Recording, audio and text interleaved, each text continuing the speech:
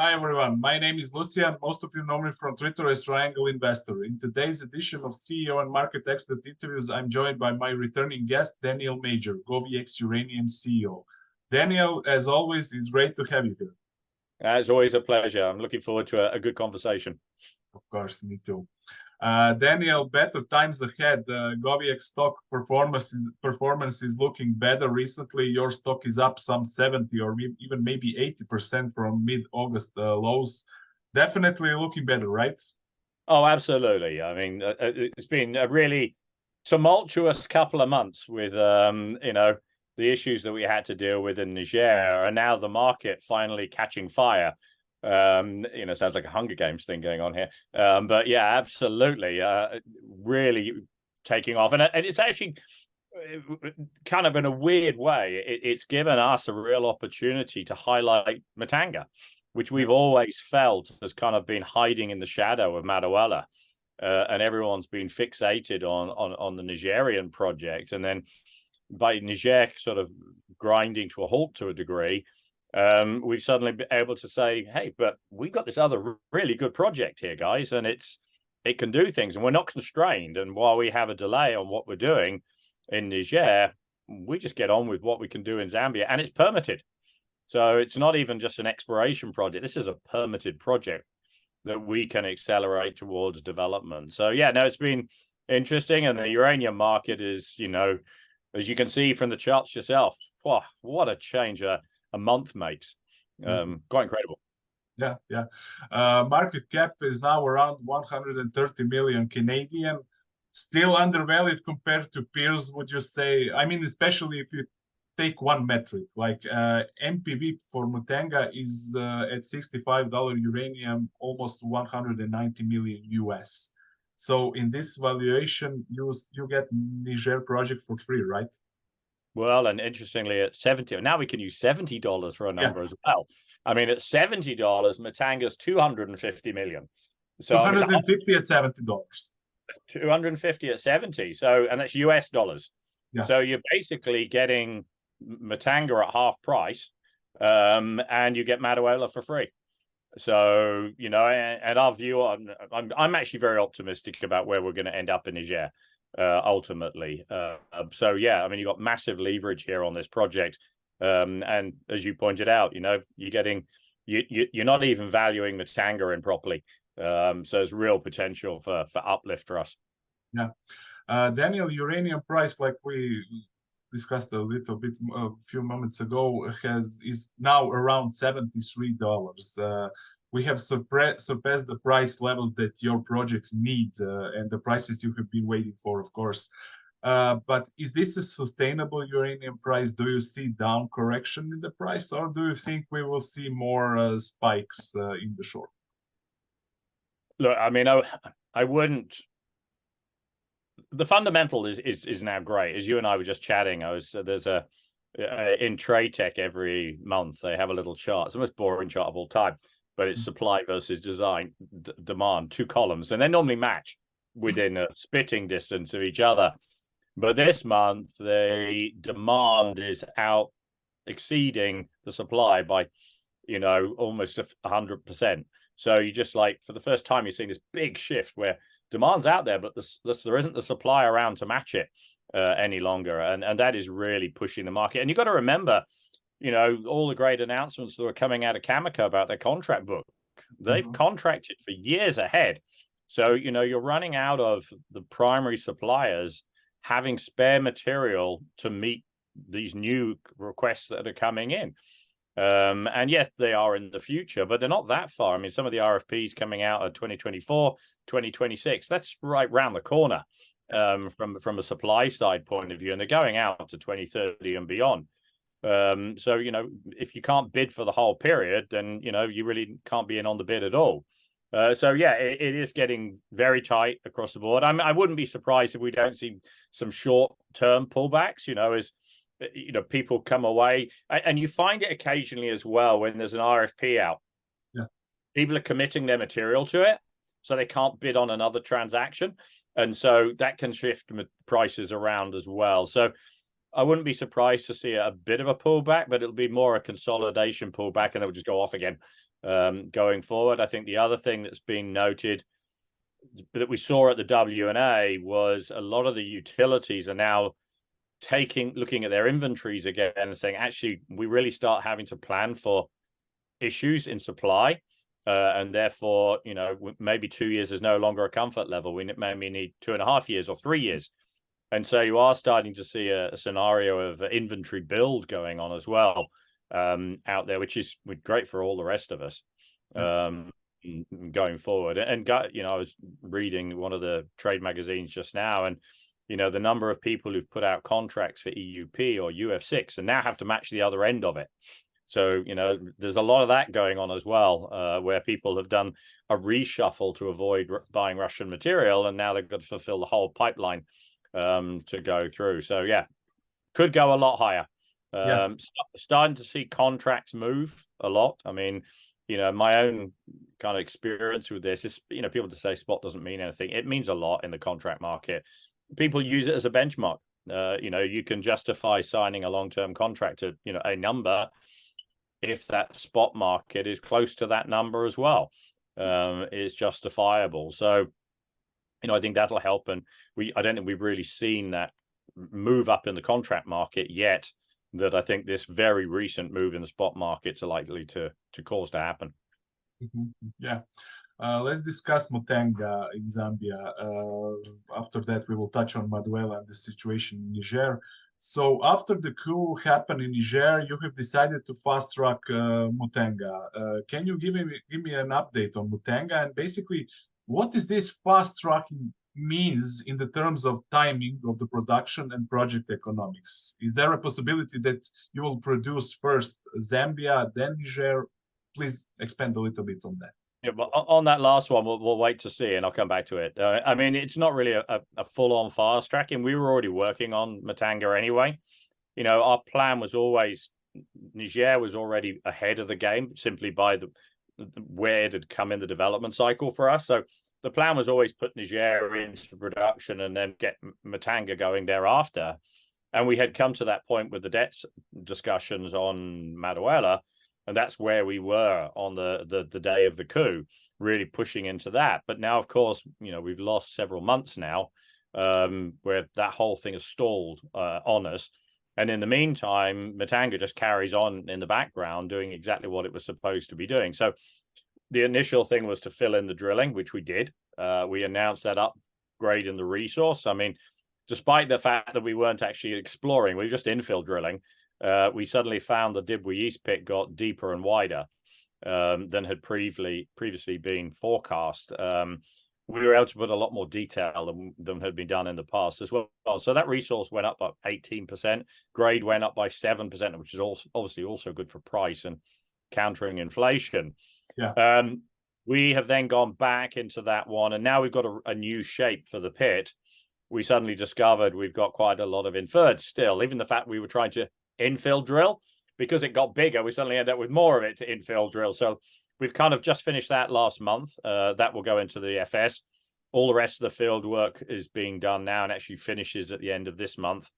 And then it will be over to the consultants to start doing the work. Target next summer, finish that, and then it will go into the debt cycle for us. So I think that will be interesting as well. I think this is where this one might really start to catch up, is that in our work for doing Madauela's debt, we weren't able to get a lot of traction for the African banks, particularly the SADC banks. And it was mainly because most of the SADC banks don't come as high as Niger. They don't do West Africa as a banking syndicate across the board, but they do Zambia. And so that will widen our potential lending pool, which I think will make Zambia a lot quicker as well. So yes, if we continue to have this long delay in Madauela, then Zambia can certainly catch up and potentially overtake where Madauela is. But a lot will depend on that. If it doesn't, then I'm going to have to figure out how to run them parallel next to each other and see where we get to. But Muntanga definitely catching up. And as you say, you know, why not? I mean, with a $250 million market cap based on the PEA, I mean, that PEA is no longer valid technically because we put the MRE out, but it gives us a useful benchmark of where it looks. And certainly all the work to date has been positive on that project. So, we're quite excited. We'll get all the test work done by early next year. We've got some being done in Zambia, and we'll move to South Africa, and then the engineering. And we learned quite a lot on Madauela as well. Some of the milling test work cuts our power, reduces our water consumption. We did a lot of work on solar as well there. Can we transpose that? That's going to be an interesting one, because actually at Mutanga, we've got Kariba Dam as our primary power source. So all our power will be 100% hydro. So we do kind of question whether we actually even need solar on that one, considering we've got a full renewable power source as our primary power source anyway in that particular case. So yeah, I'm looking forward to Zambia, and the result from that project. So, as I say, we've learned a lot already, so we can impose that onto Mutanga. Yeah. So the feasibility study, when can we expect? Summer next year, summer 2024. I won't give you an exact date yet until I know a little closer to the time. But yeah, we've had some delays on things like some of our met test work, but we'll catch it back up again. And the nice thing about this project actually is it was previously at a PFS level, because Denison took their project to PFS, and so did Africa Energy. We merged it together, and because of Dibwe East, went to a PEA. So we actually have a lot of PFS results sitting out there, which is why we were able to go from PEA to FS in one big jump, because we actually have a lot of background information out there. Yeah. You have additional exploration potential on Mutanga. So do you plan another drilling campaign anytime soon? Yeah, not yet. We will focus on getting the mine. I mean, the strategy we've had on both projects is, once you've kind of got more than 10 years of mine life, there's no real point in just adding pounds for the sake of it. We can add the pounds later when they can feed into a plant and they become brownfields exploration. Having just more and more pounds really doesn't make a difference. We do have the Kariba Valley license. That one needs some work on it, so we may, plan something into that, but we'll look at that in the budgeting for next year and decide whether that's going to be a target or we'll delay it and do it, catch up later. Okay. Let's touch on the political situation in Zambia, which is one of the most political stable countries in Africa. I mean, from the corporate view, how would you describe doing business in Zambia on both local level and state level? Let's start at a state level. We've had a lot of support for our project. I mean, the government wants to diversify mining in general. It's massively trying to expand copper mining. This new government that we have is very commercial. It wants to grow its economy through commercial investment, not just, state-run investment. It's trying to get at the copper mines to expand. It's trying to get mining to expand in general. So it's working a lot on power. It's working a lot on education. Those are key things for us. It's doing a lot of work on transport routes as well. I mean, pick up in the Northern Copper Belt, where you're having issues of transport through the border into DRC.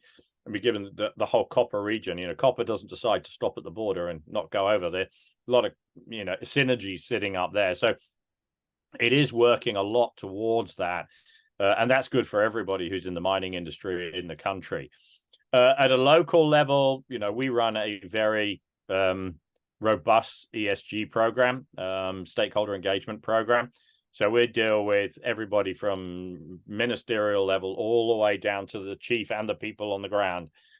So we're getting really good support from the district councils, from the headmen in the villages, etc. People want the jobs that we create for them, but at the same time, we also have to recognize the disruption that we will cause to the people that are local to us. We're going to have to ask them to move from where they are, but at the same time, we'll put them into a new buildings, a new area that's more regulated. Well, not regulated, better designed. So new schools, new clinics, water supply, all these things get brought in. But also, more importantly, they want the jobs. So as we think we've discussed before, we have an adult education program down there, because the majority of our people don't have an English education, despite the fact it's in Zambia. So we're trying to make sure that those people can get those jobs. So it's important all the way from top to bottom that you focus on people. So it's really good for us in Zambia. And we pay a lot of attention to what people have got to say to us down there. Excellent. Let's discuss Niger, Daniel. Can you give us an update on the current situation? Yeah, we're at something of an impasse, I think is probably the best description of where we are. You know, we had the coup on the 26th of July, and I think what surprised everybody was the rapidity and the aggression on, and I use that word selectively, of ECOWAS.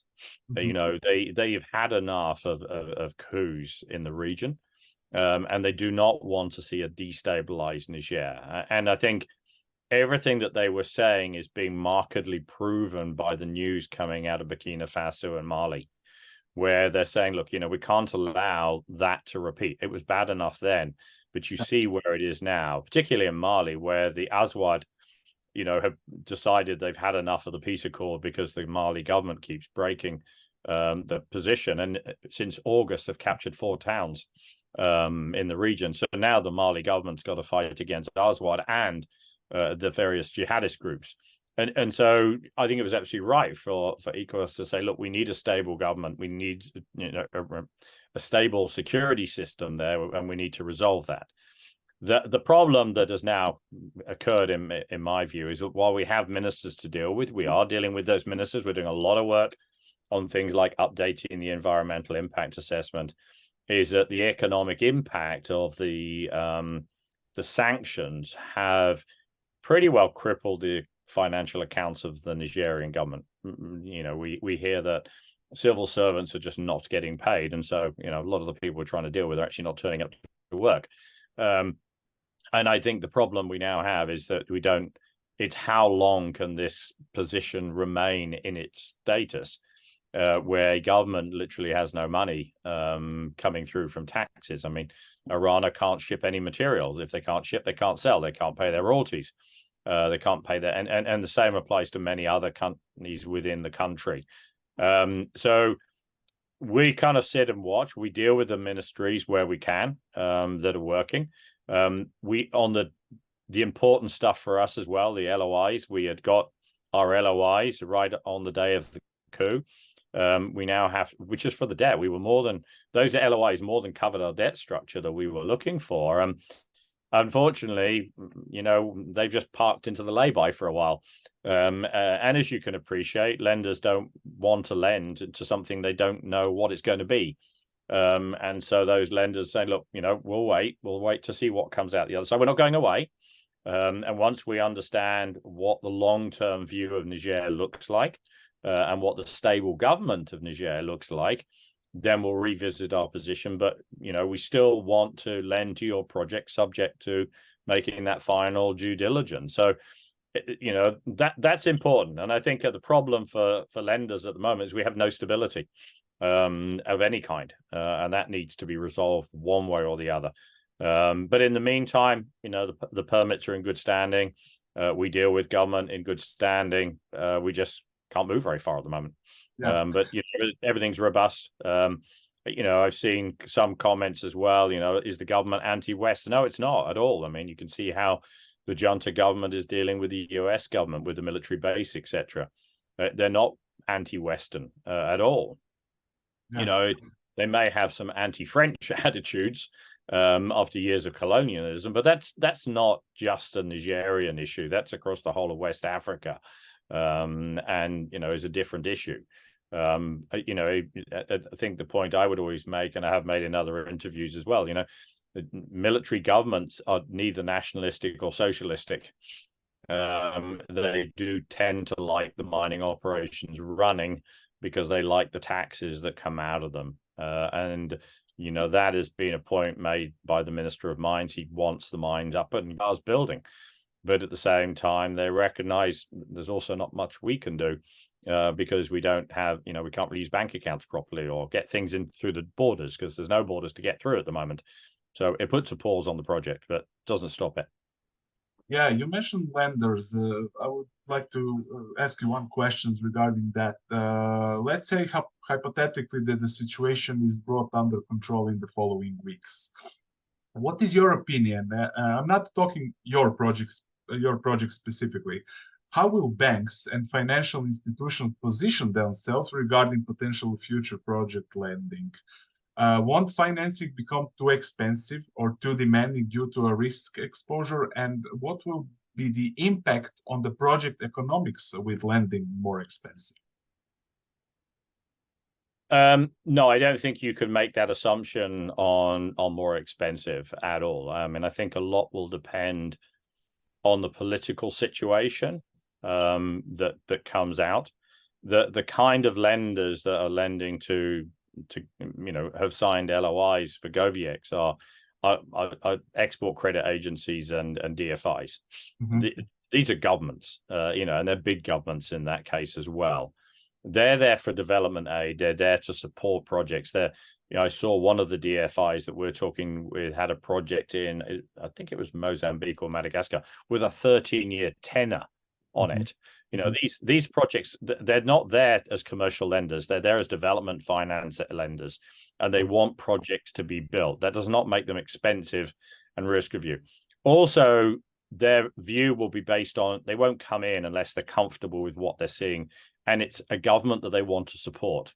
So I think if we had that scenario where these DFIs and ECAs come in, it's because their government wants to support the new government or whatever the ultimate government is. Not sure how we can hold the situation together without taxing flows into Niger. Something has to change to go forward here.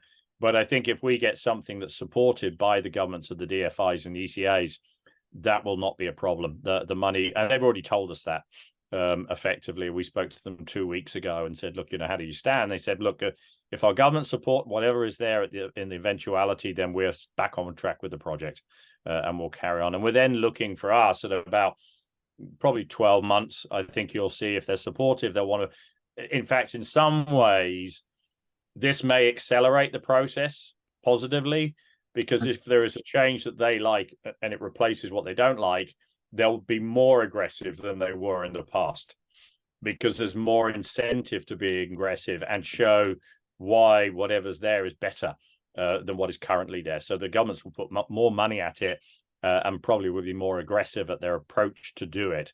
So in some ways, it could be a positive thing. We'll wait to see where that comes out. Okay. Like you mentioned, you have a good relations with the ministers and you work with them on development of the project. We all know that is a matter of broader politics, of course. But Daniel, can you say that the project is moving forward at all levels or on the majority of levels, or there are some project development levels that are stopped until the situation is resolved?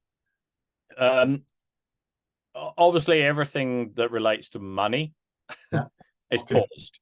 Okay. I mean, I can't go and put RFPs in for equipment and those kind of things when I can't finance the project. And I'm at this stage, I'm not obviously going to want to go and raise equity and put equity risk here for Madauela if I don't know that the debt financing is going to come down. That's risky. And once you start down that path, you can throw millions of dollars on development, never quite knowing that the debt's going to turn up on the other end of it.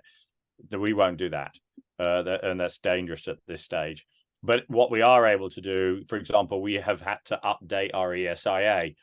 That process is ongoing, and we can't start construction on site until that's updated anyway. So, but the government's kind of said, look, this is pretty well straightforward. You guys did an incredible ESIA last time. This is just an updating process, because we moved the process plant. It used to be next to the town of Arla, and we moved it 15 k's away from it down to Miriam. So we actually made the project a lot better environmentally than was there before. We changed the tailings dam design to be fully encased and rehabbed as it went on. So there are a lot of very positive changes to the ESG, but they just need to be recognized as well within the environmental permit. Yeah, got it. Daniel, what about Mali? Can you give us an update on that project? What is on the table for this project at the moment? Well, that one, we have to reapply for the Falea license. That'll reach the end of its life. So we're putting in the application for that. Once we have that sorted out, whichever way it goes, I mean, if they reject it, then obviously not's going to happen in Mali. If we get it back, then we'll consider our position from that point onwards. And it restarts as an exploration license to go forward. So, but given the political risks in Mali at the moment, you know, it's not one we're going to throw a lot of money at the moment. So we'll wait and see. But that's kind of how the exploration program works anyway. It's very low cost and then gradually builds up. Okay. Let's touch a bit on WNA impressions, on WNA symposium. What were your impressions there? What did you hear there? What are your general impressions?